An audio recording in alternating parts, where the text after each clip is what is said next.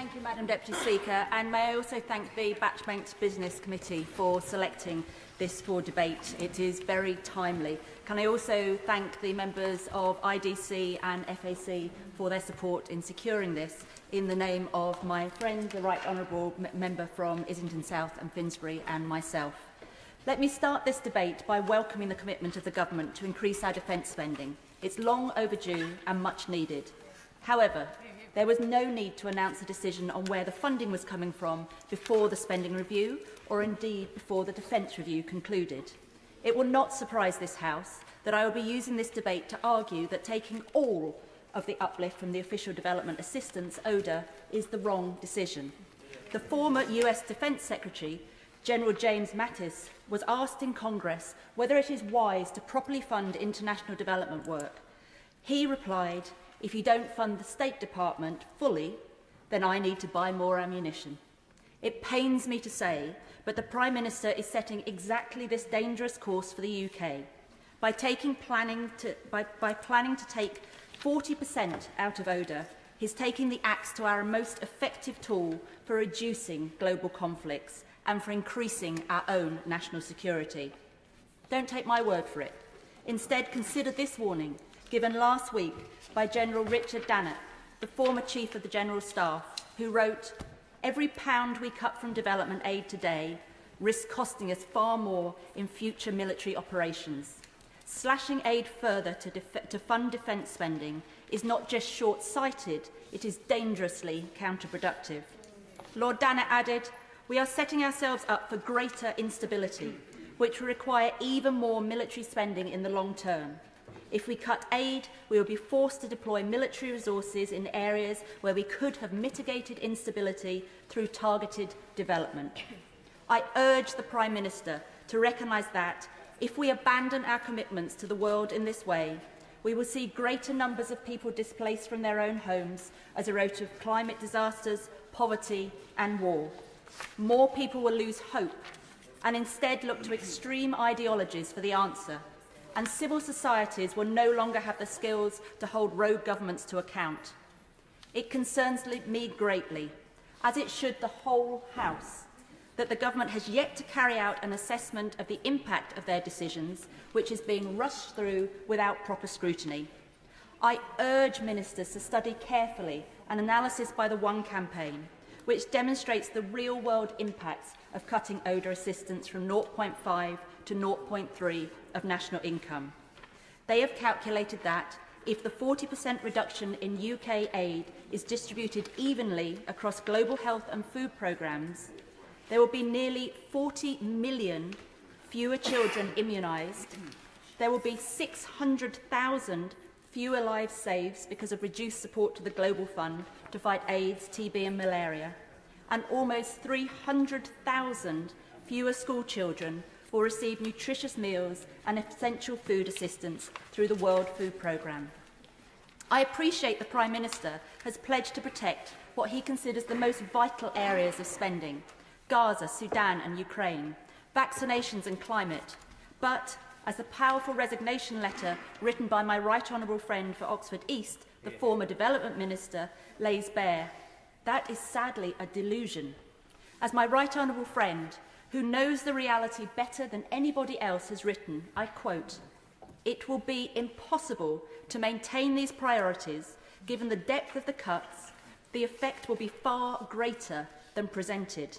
It will likely lead to withdrawal from regional banks and a reduced commitment to the World Bank, the UK being shut out of numerous multilateral bodies, and a reduced voice for the UK in the G7, G20 and in climate negotiations." I will, of course. I thank my honourable friend, and I thank her especially for her work as Chair of the International Development Committee, which I sit on. Earlier today, I had the privilege of meeting representatives from Gavi, the Vaccine Alliance, to hear firsthand about their life-saving work. Gavi has, of course, played a pivotal role in ensuring that millions of children worldwide receive vaccines against deadly diseases, protecting global health and preventing future pandemics. Does she agree with me that we need to make an urgent commitment to the Gavi replenishment, which we know is under debate at the moment? My honourable friend and committee member, and as he is well aware, we're doing a value for money inquiry, and Gavi is one of the best ways to get value for money by vaccinating children around the world. It's not just that this House wants that commitment to Gavi and all other bodies. Do the British public really want us to step away from the international stage, to lose all our soft power and the ability to support the most vulnerable in the world, to lead a healthy and prosperous... A prosperous... I will, because I might get the words straight. I'll allow you to get your words ready. And I thank my honourable friend for giving way, because she is making the most excellent speech and case for the cut in aid. She knows some of the world's most vulnerable children include disabled children. Absolutely. And the government's disability rights and inclusion strategy was going a long way to supporting these children through healthcare, but also through social protections. Now, does she agree with me that unless we get some clear assurances, many millions of disabled children will end up suffering greater loss? And there are brilliant organisations like Able Child Africa, who are based in my constituency, that are deeply concerned about the impact these cuts are going to have on disabled children. I thank my honourable friend, and she's absolutely right. The work the FCDO has done to protect the most vulnerable, and I'm particularly thinking of children, people with disabilities, people in marginalised communities, is exemplary. But I cannot stand here and say that we'll be able to continue funding that. I just don't think it's technically possible. Research commissioned by the organisation More in Common has found that 55% of the British public support the UK giving humanitarian as well as military aid to Ukraine. More than half believe aid spending is worthwhile if it helps boost the UK economy and protects national security. Minister, even with a reduced aid budget, much better decisions can and must be taken going forwards. Over recent years, a scandalously large amount of ODA has been diverted primarily to the Home Office to support asylum seekers and refugees in the UK. In 2023, this took up 28% of the entire aid budget, costing £4.2 billion. It's welcome that the proportion of ODA budget spent domestically is set to decrease very slightly this year. However, unless these costs are significantly reduced in the next 2 years, the UK is set to spend nearly half of its remaining ODA budget on domestic refugee costs by 2027. This can't be right. Of course these people need supporting, but it shouldn't be coming out of the ODA budget. Yeah. I urge the government to cap the amount of ODA the Home Office can draw on for in-country refugee costs. Unless this happens, there is simply no incentive for them to address their spending. The Home Office, of course, isn't the only department raiding aid. DEFRA, Education, DSIT all regularly draw down ODA, and in some cases they are not delivering as well or as transparency as the FCDO can. So can the Minister comment on taking these programmes back into FCDO, or asking the departments to reimburse at least part of the finance they are drawing down from ODA? The supplementary estimates saw a boost in FCDO's allocation of headline ODA spending for the current financial year. However, a large proportion of this increase, almost £500 million, was sent to the British International Investment, BII, in a seemingly last-minute panic to ensure the government fulfilled its current commitment to hit 0.5% of national income spent on aid. Don't get me wrong, BII does excellent work, investing in debt and equity into businesses in the developing world. They invest for the long term to facilitate beneficial and developmental economic growth, but they are not set up to take immediate and short-term investment decisions and should not be expected to.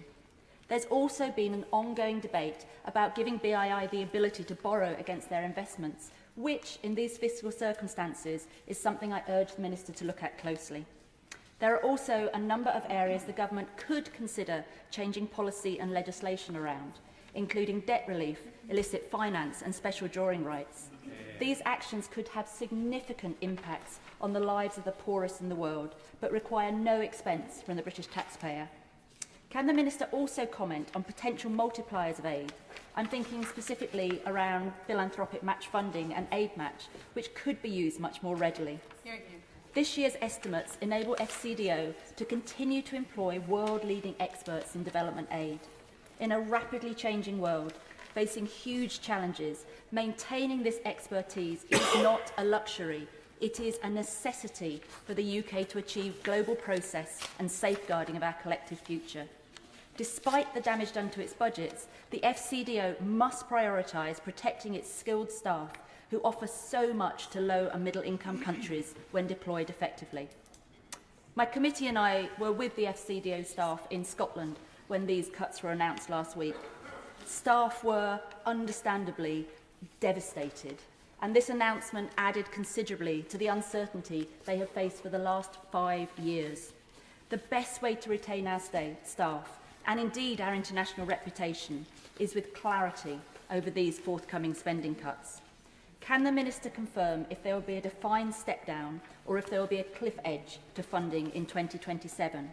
A commitment today that the budget will be 0.4% or more in 26-27 would be hugely reassuring, as would confirmation that there will be no additional cuts in the spending review for this financial year. In making tough decisions about what to cut and what to save, can I also urge an equality impact and risk management assessment be done in advance and presented to this House? In 2021 round of cuts, we saw women and girls funding cut by 66% from its peak in 2017. Let us never do that again. From 2023, the UK was the 10th largest spender of aid as a proportion of its GNI. A cut to 0.3 will leave us in 25th place. This is simply unacceptable for a nation with such a proud history in helping those most in need, and a government that is rightly placing itself as a leader on the international stage. I would like to finish with the powerful words of a speech delivered in this chamber on the 13th of July 2021, on the occasion when the Conservative government's decision to reduce aid spending from 0.7 to 0.5 was confirmed. The House was told, cutting aid will increase costs and have a big impact on our economy. Development aid, we all know this, reduces conflict, disease, and people fleeing from their homes. It is a false economy to pretend that this is some sort of cut that does not have consequences. The Speaker continued, our overseas aid budget goes beyond that moral obligation. It also helps build a more stable world and keeps us safer in the UK. This cut will also reduce UK influence just when it is needed most. And of course, it risks leaving a vacuum that other countries, China and Russia, for example, will fill. That Speaker was the then Leader of the Opposition, making an arguable case against the folly of making massive aid cuts. His words are as true now as they were then. Can I urge the Minister, can I urge the Government, listen to the words of the then Leader of the Opposition, the now Prime Minister, and reconsider this?